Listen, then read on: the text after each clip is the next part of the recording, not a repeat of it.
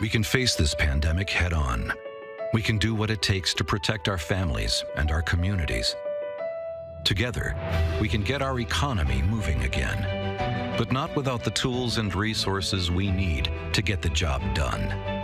To win this fight, it is going to take a public service army. Don't let Congress fire the frontline workers who can save us. Text FUMD to 237263 to tell Congress to fund the front lines. And we want to thank the folks. All right, we back. I want to thank the people that asked me for being, of course, partners here with Roland Martin Unfiltered.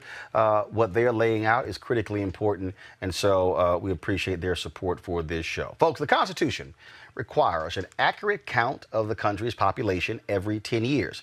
And this year, 2020, is a census year. The data collected affects the ability to ensure equal representation and equal access to important governmental and private sector resources for everyone across racial and ethnic lines. Unfortunately, certain populations are at a higher risk of not being fully counted in the census. Some, like African Americans, have been historically underrepresented for decades. One of the reasons is major changes in the way the data is collected, like relying on the internet as primary way to reach households and how they respond. And some people are just reluctant to respond because they don't trust the confidentiality of the data being collected. Now, in the next hour, we'll talk about why Black folks must participate and really get people to understand really what the census is and how it impacts you. Now let me stay right there. Because some of you who are watching right now, there are more than 6,000 people on YouTube right now, and there's 1,000 plus who are watching on Facebook and Periscope, and you're sitting there saying, all right, you know what, this is not really exciting, this is not really interesting, but we're talking about billions of dollars. If you are watching us right now, and you care about parks, roads, stop signs, highways, expressways, health centers, if you care about how dollars are being allocated based upon census tracts, the census is how that money is allocated. Michael C. Cook, Sr., he is the Director of Public Affairs for the Census Bureau. He joins us right now. Michael, how you doing? Thanks for having me. I appreciate the opportunity to let people know that the 2020 census is still going on. Time is running out, but it's not too late. And we just want to make sure that they understand why it's important, why it's easy, and the fact that it's something that the Black community can't miss out on. I also want to hold on. I want to bring up Dr. Amina Demessi, Vice President of Research and Policy Analysis for the Congressional Black Caucus Foundation. Doc, glad to have you as well. So I want to talk to both of you because, Mike, I want to start with you first. Again, when we say billions of dollars, first of all, people are watching and going, yo, seriously, are we really talking about billions of dollars? But we literally are talking about how the nation is funded. That's correct. Every 10 years, we conduct a count. You got it right. You hit the nail on the head. Article 1, Section 2 states that it's a mandatory count of everyone residing in the country for two things, power and money. 435 seats in the House of Representatives are allocated because we count everybody once, only once, and in the right place. But also those federal funds. You mentioned billions. Some people have actually measured it to be $1.5 trillion every single year that flows down to the local level. for things like roads, schools, infrastructure. The current pandemic underscores the need for accurate census data when we're talking about emergency preparedness and healthcare. But then when you look at SNAP benefits, Medicare, Medicaid, if you have college students, Pell Grants. So every single facet of the country, business sectors, private and federal and public, they use our official statistics to justify making investments that impact your lives. It only takes a couple minutes, but it sticks with your community for 10 years. This is a voting year. When you vote, it tends to stick with you for the terms of that election, 4 years, 1 year, 2 years. But when you look at the census, for 10 years, it'll shape your community. And so I just want to take the opportunity to let all of your listening audience, all those that are following you, that the census is happening. If you haven't responded, there's still time to respond, but it's something that you need to take part in, stand up, respond, and get counted. Black America Counts is an initiative with the Congressional Black Caucus Foundation and Fair Count, the organization founded by Stacey Abrams. Their goal is to identify hard-to-reach communities and guide outreach and mobilization efforts to help increase census turnout.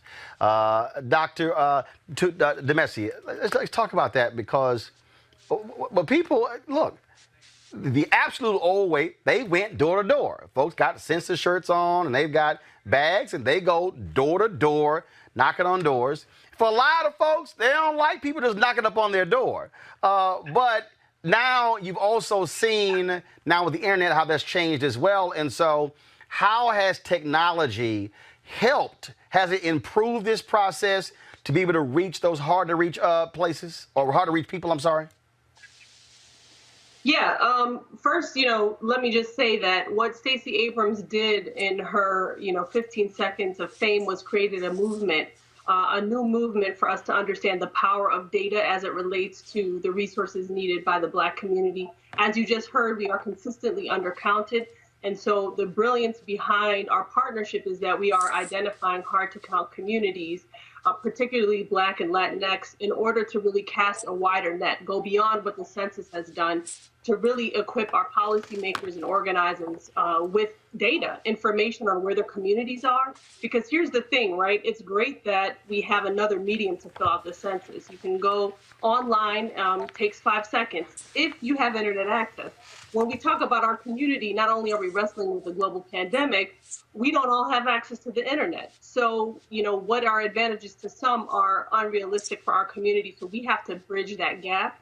So what our partnership does is also identify communities of color, either a county that has 25% lack of internet access or community of color. We want to know where those communities are, and we want to equip our policymakers and organizers with the information they need, so we can then do what Fair Count is doing, which is actually setting up internet access for people in communities, but understanding that there are a number of barriers. And so just providing internet is not enough for our communities to get the accurate count they need.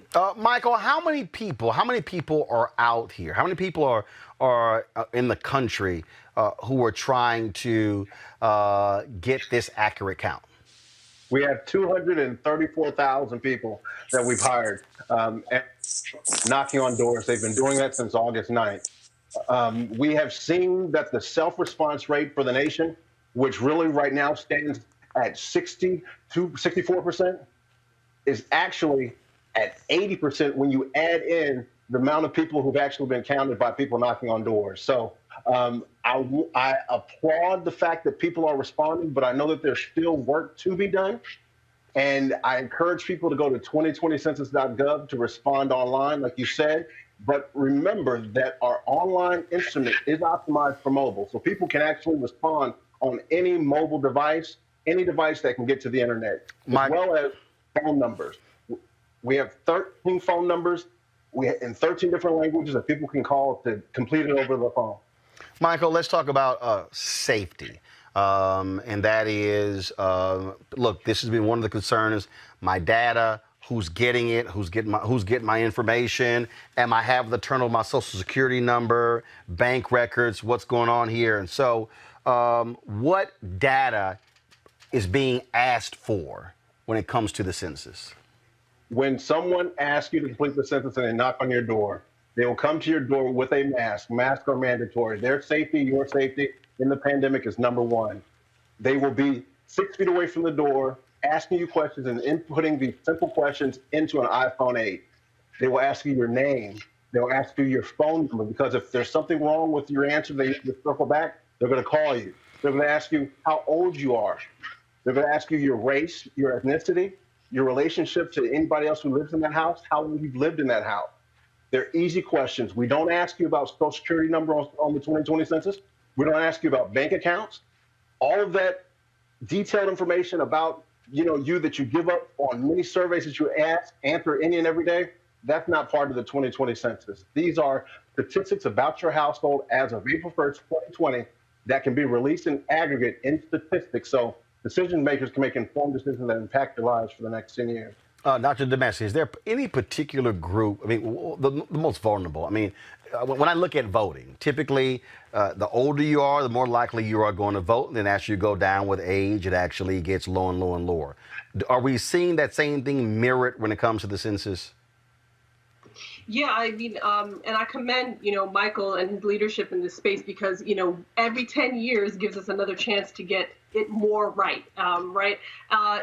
Unfortunately, or fortunately, depending on how you see it, age does not insulate us from our rates of participation. The challenges are across the board, right? So one of the things with our Fair Count, Black America Counts partnership was using the model that Stacey Abrams used in Georgia and mapping it across the country, so we could see what do our populations look like. And it doesn't come as a surprise to most of us who do this work that a lot of our communities in the South, right, disproportionately affected, high proportions of Black folks with higher disproportionate rates of challenges to get the census filled out. So you have people like, and it goes across the country, right? You've got people like Congressman Stephen Horsford out in Nevada that partnered with our chair of the CDC, Karen Bass, and created a CDC Census Task Force specifically to make sure that we can really bridge the gap across all ages, communities, whether you're a senior or young. You need to be counted at the end of the day. So, unfortunately, the undercounting doesn't discriminate, within it. There are challenges throughout, but we do see some variation across states as well. More challenges in the South. We see less challenges in sort of the Midwestern states. But, the census has the data to keep track, but it really is incumbent upon us to get the word out, because it's kind of abstract, right? We all say go to vote, everybody gets that. When you say go fill out the census, people are like, well, why, right? And then we got to break it down, because this is about the services that you need every day for your survival that we are voting about, right? This is what it comes down to: reapportionment, reallocation of resources, billions of dollars. So that's the language translation that our communities have to make, so people understand it is just as important as voting. Michael, is there any particular region of the country for Black folks that is more difficult? And where do we do the best?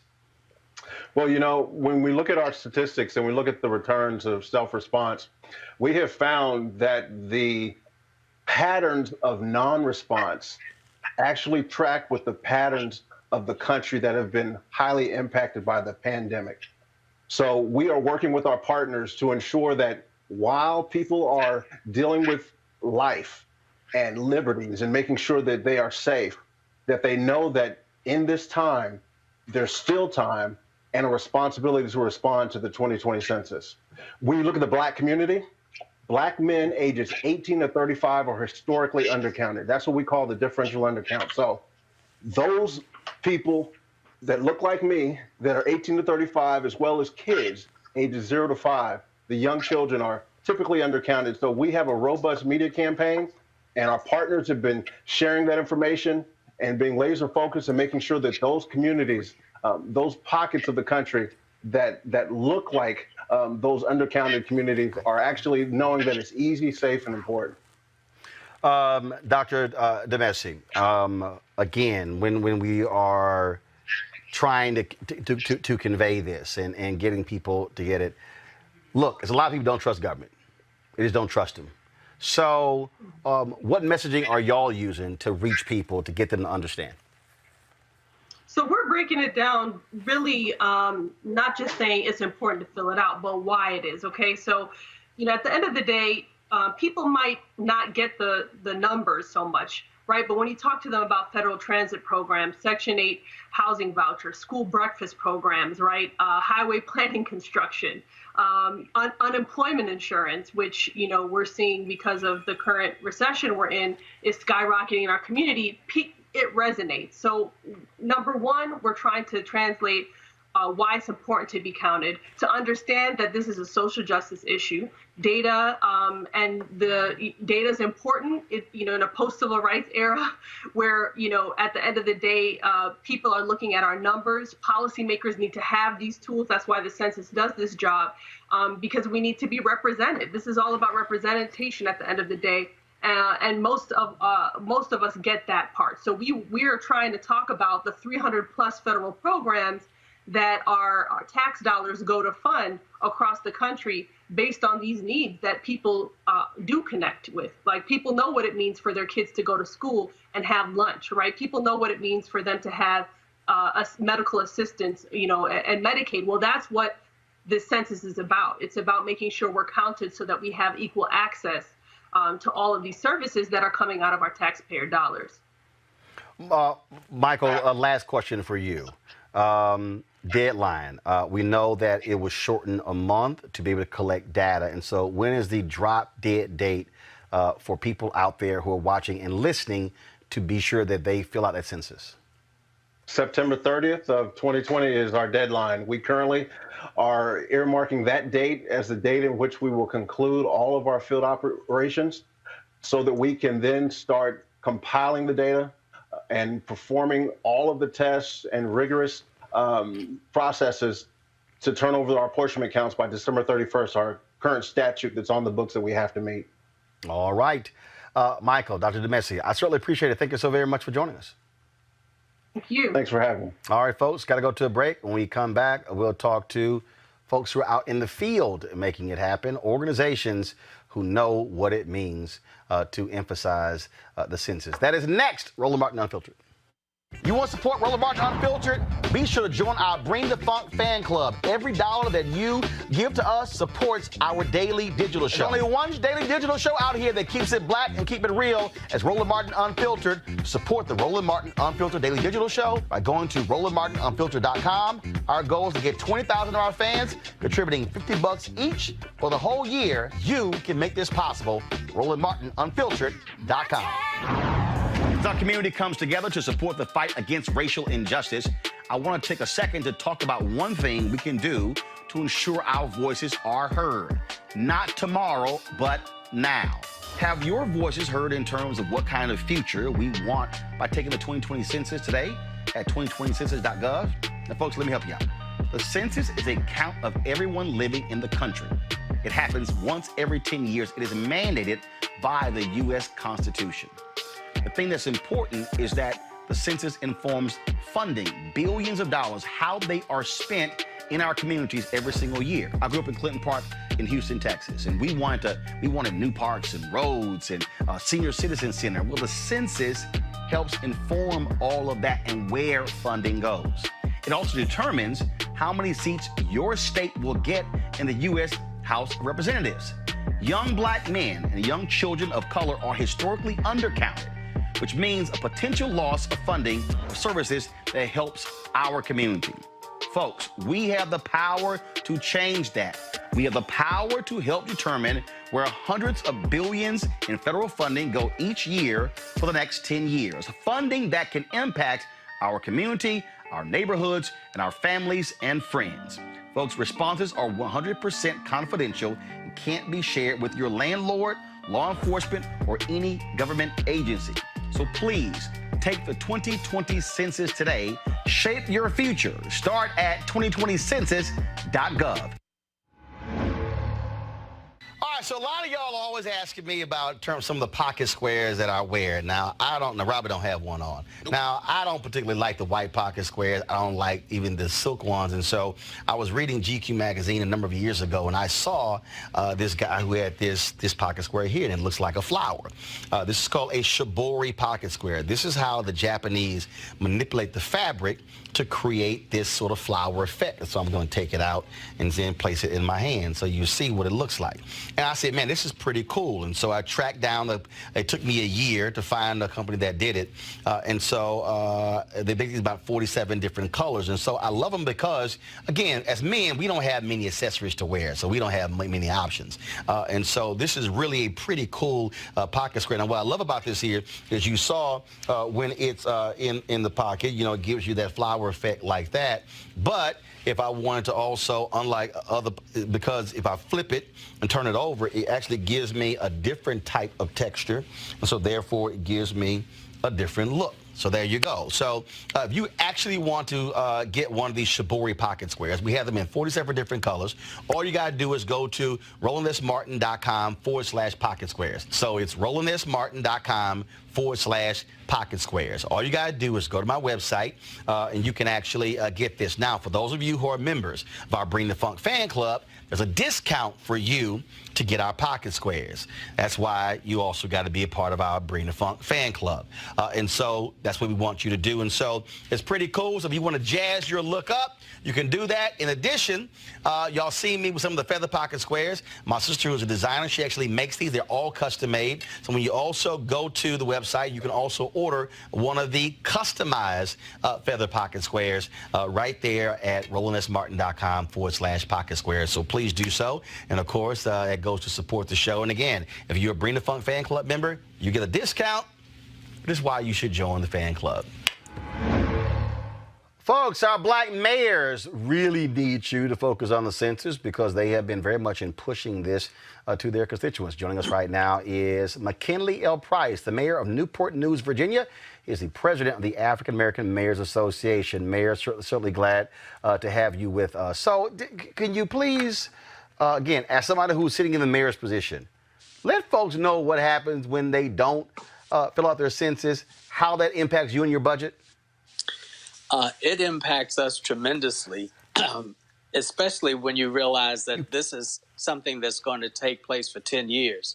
It's approximately up to $2,000 per person per year for 10 years, amount of money that you're talking about. So just as your former guest talked about, when you're talking about SNAP, WIC, all of the programs that affect the people who are historically undercounted, it's affecting them. So it's a tremendous strain on our budget if we're underfunded. And historically, 10 years ago, we were pretty much underfunded. If we're about at the same percentage, for our city, it may be as much as $100 million per year. $100 million per year. And so when you are conveying that, are folks getting it? Because I'm sure they're complaining, Mayor, we want this and we want that and we want these services and we want pools staying open, pool hours, and we want park stuff. And you like, well, damn it, if y'all had filled that census out, I could have had more money. Absolutely. We're doing everything we can, you know, with social media. We're having contests. We actually had a contest between mayors, and you'll see the larger cities doing it too. I think Houston and Atlanta had a rivalry. Those two mayors, but the mayor of Hampton, Mayor Tuck, and I, if he won, had more people within a period of time to enroll before I did, I would give him a bushel of oysters, and I was going to get crabs if he won. Even though I had more people to register, percentage-wise, because it's a smaller city, Hampton, he won, and I had to fork over the oysters, so I hated that. But we're trying every means we can to be able to make people understand how important this is. There are a lot of course, when we talk about African Americans, when we speak about community needs, and I often talk about on this show how we have to connect the dots. And what I mean by that is a person is sitting there and they're living in a city. And somebody right now, whether they're in your city, they're in some other city, and they're saying, you know, we need these things for our community. Well, in their mind, they're going to just simply go ask you. without realizing that you're going to go ask somebody else. And then you might be asking the state of Virginia. You might be asking the federal government.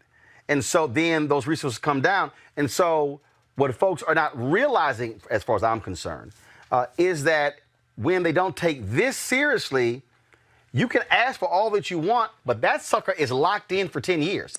It's locked. You can't go back and say, hey, these things have changed in our city in the last 2 years. No, you're locked. Your city can experience tremendous growth in the next 5 years, but you're still locked into the next census, right? That is correct. That is correct. The count, like you said, at that drop dead date, whatever number is there for you, that's it for 10 years. You don't get it's no replay, it's no mulligan, it's no slipses. That's it. The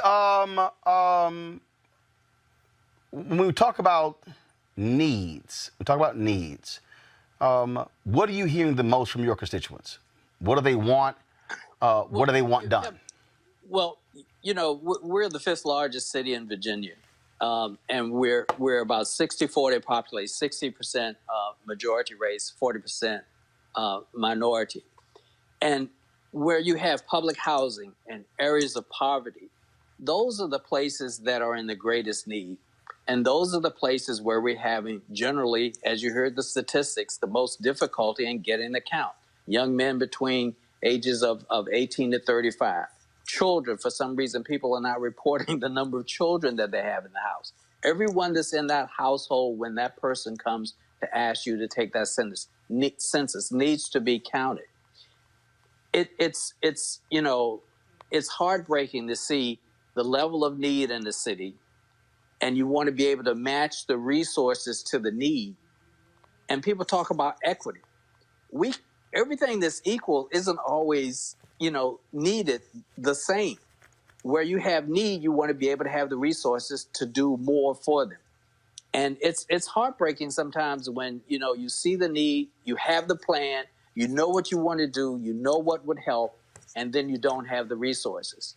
And those are the people who generally either don't vote or don't have counted in the census, and it's painful. You talked about how your mayors are competing. What about young constituents, people who are 18, 35? Because if you think this thing out 10 years from now, then they're going to be 28, 45. And so obviously getting them to understand long term what this means too. Absolutely. That's why education about the census is so important. The panelists that you just had, the literature that is out there, we're trying to come up with any means we can, especially for the younger group, because they say, what does it matter? I'm not going to see this money. It's not coming in my pocket. But actually it is. And 10 years when they want to, do something in their neighborhood, they want a street widen, they want lights better in their neighborhood. All of these things are contributed by the amount of money that we have. Also, which is very important, the number of representatives, as the person talked about. Last question for you, and that is, if you are one of those folks knocking on the door, or even just in, actually this here. Talk about the mayors. Have you created, let's say, a competition between churches?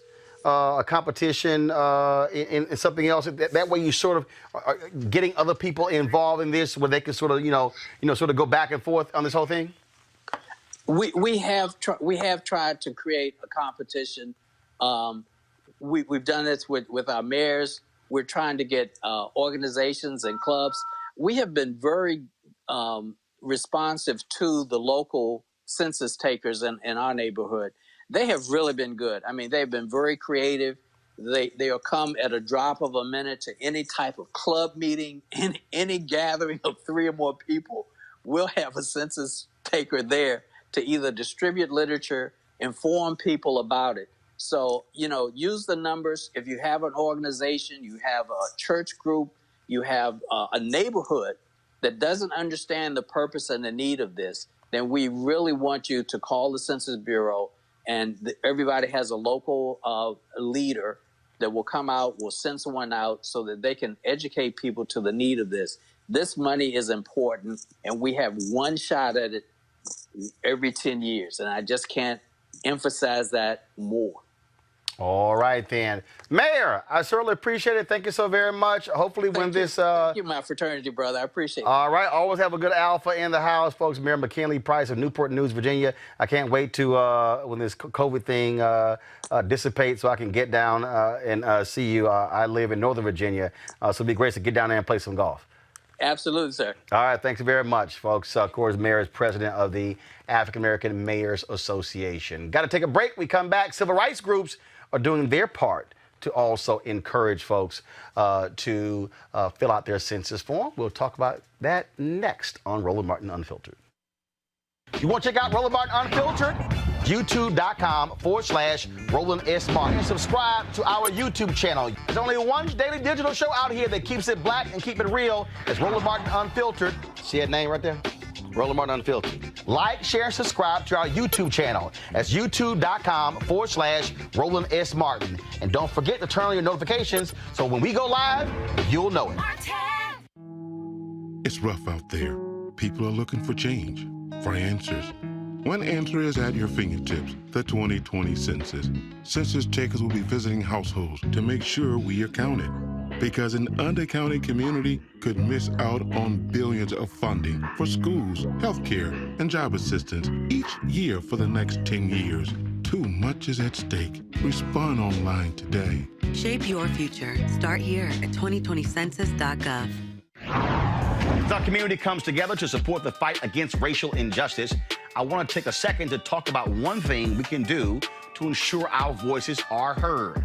Not tomorrow, but now.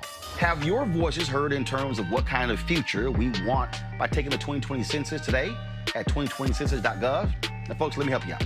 The census is a count of everyone living in the country. It happens once every 10 years. It is mandated by the U.S. Constitution. The thing that's important is that the census informs funding, billions of dollars, how they are spent in our communities every single year. I grew up in Clinton Park in Houston, Texas, and we wanted new parks and roads and a senior citizen center. Well, the census helps inform all of that and where funding goes. It also determines how many seats your state will get in the U.S. House of Representatives. Young black men and young children of color are historically undercounted, which means a potential loss of funding for services that helps our community. Folks, we have the power to change that. We have the power to help determine where hundreds of billions in federal funding go each year for the next 10 years. Funding that can impact our community, our neighborhoods, and our families and friends. Folks, responses are 100% confidential and can't be shared with your landlord, law enforcement, or any government agency. So please, take the 2020 census today. Shape your future. Start at 2020census.gov. All right, folks, civil rights organizations are united in pushing Congress to extend the deadline for the census count. But the reality is that if it doesn't happen, we still have to drive this thing as hard as we can. Joining us right now is Beth Link. She is the Census Counts Campaign Director for the Leadership Conference on Civil and Human Rights, and Melanie Campbell. She's the President, CEO, National Coalition on Black Civic Participation. All right, glad to have both of you on the show. Beth, I want to start with you, and that is, look, date's been moved up, and the reality is, if it doesn't get changed, we have to ensure that we are counted. And so what does that look like? Yes, you're right. I mean, the bottom line is, as you've heard on the show today, the census is about money and power. And look, Roland, the Trump administration and Trump wants to erase Black people from the 2020 census because he knows that it's our shot at getting billions of dollars to our communities and the political power that we deserve. And that will enable us to be able to make real change for our families and our communities. We are doing everything that we possibly can, whether it's census city challenges. Mayor Lightfoot has a census cowboy on the south side of Chicago. Last weekend, we texted over 350,000 people who had not yet responded to the census, inviting them to respond in our Sisters for the Census text bank. But the reality is that the census is allowed to proceed with this truncated timeline. The Census Bureau will not have the time to count everyone. And we're already seeing that the Black community is behind. Michael, at the beginning of the show, said that nationally response rates are about 80%. That includes responses at the door. But when we look at the Black community, on average, predominantly Black communities are 10 points behind the national average. But if you look at specific communities, the south side of Chicago, we're seeing self-response rates in the 30s and in the 40 percentiles. We're seeing in Detroit response rates in the 40s. In Mississippi, around 50% self-response rates. So this is really going to hurt us if we don't get this extension. But this is also why I'm a huge believer in this, Melanie. And it's not just with the census, it's with civics across the board. Messaging matters. And I think connecting the dots matter. And I just think the census is one of those things that people, they hear about it, but I mean, I don't really know. And then, like, we sit and talk about those of us who live and breathe public policy, billions lost. The person like, I don't know what you're talking about. And this, I think you got to operate like my man Joe Madison said. You got to put it where the goats can get it, where you got to make it as plain as possible for somebody to go, oh, I didn't realize that the census affects that. Right. Well, Roland, you helped us launch back in February, Black History Month, right? And we said due to in 2020, vote and be counted, right? And so we didn't know at that time we were going to be dealing with COVID. So we've been actually, while we're out here getting out the vote, tying voting and the census as about building power, as a power dynamic. 2, it's about your money. It's about our money, getting that money. So we say it's about money, power, and respect. And then the respect comes in being able to make sure that make sure that as Black people that we're fully counted, so we can leverage that power politically, economically, through our issues around health care, being able to tie it through this COVID-19.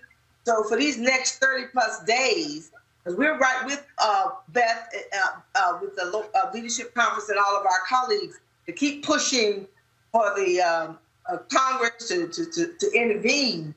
And at the same time, we're looking at that September 30th date. This last push, we said, this is it. We got to go hard. Like my sister Latasha said, we got to go hard in the paint, right? We got to do everything we can. And while we're knocking on doors, a lot of our folks are knocking on doors, doing safe distancing as best we can. We're the phone bank for the next 30 days. We're pushing the getting counted and voting early. So we just had to tie them together. We thought that was going to be what we would do for the first half of the year, but who knew? So our message: due to in 2020, vote and be counted. The whole point, Beth, when I'm talking about how you got to make this thing plain. It is really getting, and that's why I keep bringing things down to sidewalks, pools, parks, senior citizen centers, things that are right there that in people's neighborhoods that they want to see improved, and tying that to filling out that form. That to me is, I think, how we have to be operating where a person goes, oh, I had no idea that those things were related. Had no idea. Mm-hmm. Absolutely. And if you also think about the pandemic and the health concerns that our communities are facing right now, I mean, the reality is that racism and discrimination have meant that our communities are relying on Medicaid, housing assistance, other financial assistance at disproportionately high rates. It also means that we are more susceptible to chronic health issues, that makes us more susceptible to die from a global health crisis and a disease like COVID-19. And we need the resources for healthcare, for infrastructure. Certainly, folks need the resources to have better internet connectivity in your homes. We need the jobs that census data will bring to communities when they see the large population growth in a specific area. And we need the resources going to our schools. We need that extra lane on a highway that resources would bring. We need the resources that will bring relief for natural disasters that we're seeing across the South and in the Gulf. Census data drives that. That's that distribution of $1.5 trillion every year. And if we miss out on our piece of the pie, it will impact us certainly for the next decade, but could impact us for generations. And that's really what we're talking about when we're talking about participate in the census, but also make sure that communities are not deprived of their right to participate in the census by truncating the timeline. And Congress can extend those timelines, but the House already has. It's up to the Senate in an upcoming COVID-19 relief package or any other moving bill. It's urgent. It has to happen. And our communities need time to respond so we don't miss out. Obviously, Melanie, COVID has impacted everything. I mean, the reality is normally you have a ton of outdoor events, things around churches, all kind of different stuff to sign people up where people are congregating and going. But you actually have none of that. And so where we are is really, I mean, we are in truly an absolute digital world. Now, I live in that world, so I totally understand it. But this is one of those things where I think civil rights groups taking advantage of their databases, saying, hey, each one of you out there, right now, look, there's more than 4,000, more than 5,000 plus folks who are watching.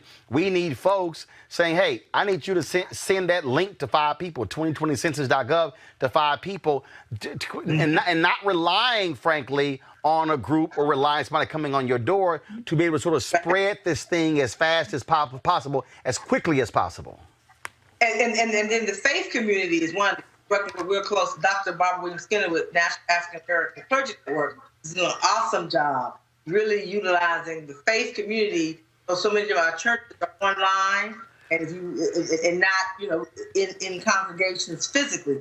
So every angle that we can use. What you're doing with your show tonight is really a shining example of spending the time and taking the time. So many folks are sheltered in place. Not everybody, because of first responders and a lot of people working having to be out of home. But most people, even if you're working, you still end up more at home than you are out in the general community. For being able to utilize every avenue we have. And some of this we still will have to, and our folks still are making those phone calls. And if you, and like 5,000 folks that are watching, they just look around. Where first have you been counted? Check and make sure you've been counted, and then make sure that your family has been counted, and just starting from there. The other part of it is really a big part of it. I know we talked about Black men and how important that is.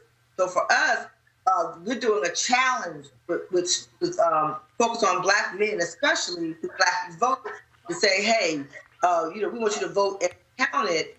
And because a lot of young people would be counted at school and other places if they're students, but really honing in on Black men and really making sure that Black men are, just like we're concerned about the vote, we have to be concerned about the census as well. So we're just pushing, we're not going to let off the gas, Roland, until there's no day left to get folks to count. You talk about that whole point about connecting those two. And Beth, we've been telling folks about vote.org. Be sure to get registered, asking for your ballot. But at the bottom down here, they have 2020 Census, where they can fill out the form right there as well. And so, again, to me, this is one of those things where you're in a constant state of messaging, pushing out to as many people as possible. And no outlet, frankly, is too small, because if you can pick up 5,000 or 10,000, another 5,000 or 10,000. Again, that response rate you're talking about goes up dramatically. Right. Absolutely. And then, Actually, hold on, Melanie, 1 second. Beth, then Melanie. Beth, go ahead. Okay. No, absolutely, you're right. I mean, we are all influencers in our own communities. I think folks right now first take the census, go to 2020census.gov, and if you've done that, share the message. You're a messenger and an influencer in your own community. Share this show. If you're watching on Twitter, hit that retweet. If you're watching on Twitch, share it. To get the message out to our communities. I think everyone knows someone that has not responded to the census. Maybe they're just procrastinating, or maybe there are barriers in life circumstance that has gotten in the way. But we can't miss out on these resources. I also just want to say you're right that the pandemic has really impacted how we as advocates reach out to communities and invite people to respond. We've held a number of digital weeks of action and days of action. I know that the National Coalition for Black Civic Participation and the Unity Diaspora Coalition have been doing incredible digital organizing on the different social media platforms. We've seen teletown halls from the CBC and other members. So we're really going all in to get out the count. But that's also impacted the way the Census Bureau can reach out to people. We know that folks may not feel comfortable opening their door to talk to a census enumerator because of the pandemic and health concerns. So folks should know the easiest way to avoid an enumerator or a census taker at your door is to respond online at 2020census.gov or to call the phone line and respond that way. Melanie, go ahead. The other piece was the need to make sure that we engage Black immigrant communities, the Caribbean community, and folks from the African diaspora, because that's a big part. If you think about 2000 census and 2010 census, the Black population growth, a good part of that is Black immigrant communities, and so really making sure that we're engaging. So we're close with Dr. Claire Nelson, who's really pushing with the Caribbean community, and Benjamin Afrifa and others. Undocumented Black, is another group that we're all working with, and I know with Beth and her and the Leadership Conference Coalition, and just really getting us. We had just had 2 weeks ago, Roland. We pulled everybody together again and say, hey, we really got to get together and push hard on this census, but also getting voting early too. So again, I say do too in 2020 is that simple message: vote and be counted. People understand both of those are opportunities for us to exercise our power and get the resources we need and want for and deserve, because it's our money. At the end of the day, this is about your money coming back to your community to take care of your street, your school, your community, and get the things that you deserve and our community deserve. It's not a handout. It's about our money. Otherwise, it's going to go to somebody else. Well, political power going to go to somebody else. Well, and that's why I make the point specifically to Black men. Look, if you're out there saying you want these things, this is directly tied to it. And again, I just think that for a lot of people, that this is a civics thing, not really understanding the levers of power, how these things work, where resources come from, who you're seeking things from, and how they work. So the census ties directly into districts in terms of how they're drawn, which is tied into who represents you in Congress or in the state legislature, which is then tied to resources that come your way, which is tied to, all of these different things. And again, as somebody who's covers city government and county government, I've sat in many of those long, boring meetings, and when the conversation comes up, they're talking about census tracts, what the data says in census tracts. Hello, when they say census tracts, that comes from the census. Absolutely. So that's how those things, and so literally, they're even breaking down, for the people who are watching, they're even breaking down health stats, education stats, all of those things by census tract. And that's why people have to realize, if you don't fill it out, then you're actually hurting yourself when in the data collection where they're saying, oh, this is for instance, Congressman Jim Clyburn is a 10, 20, 30 amendment. That is based upon census tracts, where 10% of the people who live below they want 10% of the resources to go to those census tracts where 20% or more of the people live below the poverty line for 30 years. That is literally determined by the census tract. So, I mean, go ahead, Beth. Oh, no, I mean, you're absolutely right. I mean, we like to say the census is a tool for change and we have to use it. I mean, civil rights advocates, like you just said, use census data to defend our rights, to fight to protect the Voting Rights Act and to enforce it, but also to push for new legislation. If we don't know where we are, we can't then track and see disparities or see where our rights are being undermined by bad actors. So census data, yes, money, lots and lots of money that can go to our communities. Yes, number of seats in Congress you get, but also the basis for redistricting, but also it's our power, it's a tool for change. And I agree. I think that that's a point that folks may not realize, that literally everything that you think about census data underlies, and it really is the foundation of our democracy. That's not hyperbole. Melanie, final comment. Hey, I just say to folks out there, if you haven't been counted, get counted. Make sure you get counted. Make sure you vote, and so we can get that. It's about money, power, and respect. And we deserve every dollar. We deserve to control the power. And we talk about going on these streets where we're having to protest. We want to be able to control those city budgets and have the resources we need. The things that folks are talking about moving and reallocating funds. You got to have the funds there to reallocate, right? Provide those services. And census matters, voting matters. All right, then. Beth Link, Melanie Campbell, I so appreciate it. Thanks a lot. Thank you. All right. Folks, going to a commercial break. We come back. We're going to talk with Congressman Stephen Horsford, who is over the Congressional Black Caucus Census Task Force. That's next on Roland Martin Unfiltered. You want to support Roland Martin Unfiltered? Be sure to join our Bring the Funk fan club. Every dollar that you give to us supports our daily digital show. There's only one daily digital show out here that keeps it black and keep it real as Roland Martin Unfiltered. Support the Roland Martin Unfiltered daily digital show by going to RolandMartinUnfiltered.com. Our goal is to get 20,000 of our fans contributing $50 each for the whole year. You can make this possible. RolandMartinUnfiltered.com. It's rough out there. People are looking for change, for answers. One answer is at your fingertips, the 2020 Census. Census takers will be visiting households to make sure we are counted. Because an undercounted community could miss out on billions of funding for schools, healthcare, and job assistance each year for the next 10 years. Too much is at stake. Respond online today. Shape your future. Start here at 2020census.gov.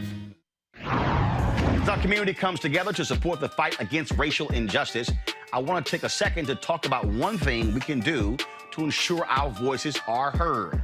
Not tomorrow, but now. Have your voices heard in terms of what kind of future we want by taking the 2020 census today at 2020census.gov? Now, folks, let me help you out. The census is a count of everyone living in the country. It happens once every 10 years. It is mandated by the U.S. Constitution. The thing that's important is that the census informs funding, billions of dollars, how they are spent in our communities every single year. I grew up in Clinton Park in Houston, Texas, and we wanted new parks and roads and a senior citizen center. Well, the census helps inform all of that and where funding goes. It also determines how many seats your state will get in the U.S. House of Representatives. Young black men and young children of color are historically undercounted, which means a potential loss of funding for services that helps our community. Folks, we have the power to change that.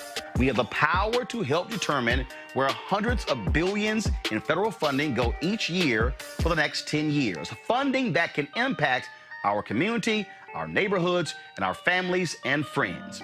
Folks, responses are 100% confidential and can't be shared with your landlord, law enforcement, or any government agency. So please, take the 2020 census today. Shape your future. Start at 2020census.gov.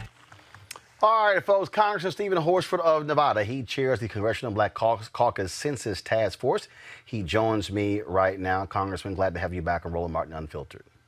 Thank you, Roland. Appreciate everything you're doing. Look, guys like you, y'all get tons of requests from people. Folks come to y'all, they come to your constituents, and they say, we want to see this, we want to see that, we want to see this.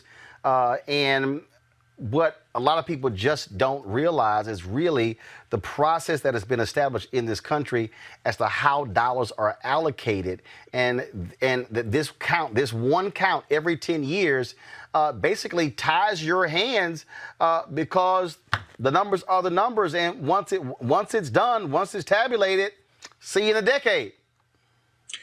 You are so right, Roland. And what's frustrating is I know we have people taking to the streets over this past year talking about structural racism, social injustice, racial inequities, everything from healthcare to education to jobs and employment, small businesses. And so much of it depends, as you just said, on information that comes from the census. Right now, as of the end of July, the self-response rate is about 65% nationwide. While among the predominantly Black census tracts, there is an undercount of about 14%. That 14% equates to billions of dollars that we will lose every single year over the next 10 years. And I want to make this point. I'm hopeful that we're going to have a new administration, and we're going to have the history-making new vice president in Kamala Harris. Well, guess what? A Biden-Harris administration will advocate for more funding and investment in our schools, in healthcare, in funding for colleges, historically Black colleges and other things. But if the data isn't there, the money can't flow. And that's the message that I want people to hear, is that we have to be counted in order for this money to get to our communities, not just now, but for the next 10 years. So when we talk about on the congressional level in terms of what the task force is doing, how have y'all been really helping to shape and reshape this whole issue to ensure that African Americans are being reached? Because again, I hear all the time, CBC ain't doing jack, they ain't doing nothing, they don't accomplish nothing. But this is one of those things where folks don't see how the sausage is being made. So one of the things that we've been doing is working very closely with Stacey Abrams' organization, Fair Count and Fair Fight. I know you were just talking to the Black Roundtable, as well as the Leadership Conference, as well as the National Urban League and the NAACP. So we have been convening these organizations for more than a year and a half now under the leadership of our chairwoman, Karen Bass. But specifically, we have looked at every member of the Congressional Black Caucus. There are 55 of us. We know exactly what the response rates are in each of those districts. We've done heat maps to show where the response rates have come in under count, and we have been targeting those resources. Our majority whip, Jim Clyburn, literally is putting up billboards throughout South Carolina in his district over the next few weeks to encourage people to get out and vote. We've conducted town halls nationwide and in our district. I conducted job fairs in my district where we were able to make sure that people from our very community got hired as enumerators. And I know one of the biggest issues that you've pushed us on is to have accountability for the Census Bureau and where the millions of dollars of marketing money is going, and whether or not there's money coming to Black press, to Black media outlets in order for that message to reach our community. So we've been doing a lot, but unfortunately, we're up against the same forces that don't want our community to vote. They're the same forces that don't want us to be counted. Why? It's structural racism. They want to prevent the resources, the funding to come to our community. They want to take away our representational power in our congressional seats and in the legislature. My congressional district that I have the honor of representing got created in 2010 because we had a fair and accurate count. Well, I'm the first African American to serve in Congress from Nevada. I'm actually the first person of color from Nevada to serve in Congress. And so that matters. Representation matters. But if we are not counted, we're going to lose the progress that we've made. So, again, we have until the end of September.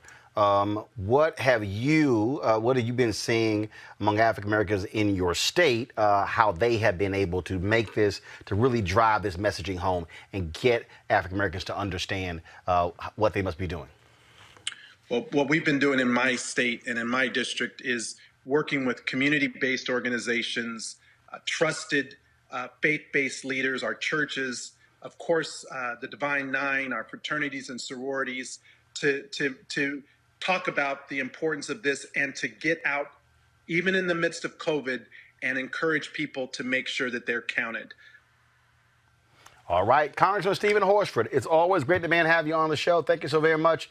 Keep up the good work, and we'll keep pushing the message out every day to get our people to understand this money is ours, and we got to make it happen. All right, I certainly appreciate it, sir. Thanks a lot. All right, folks, that is it for us right here on Roland Martin Unfiltered.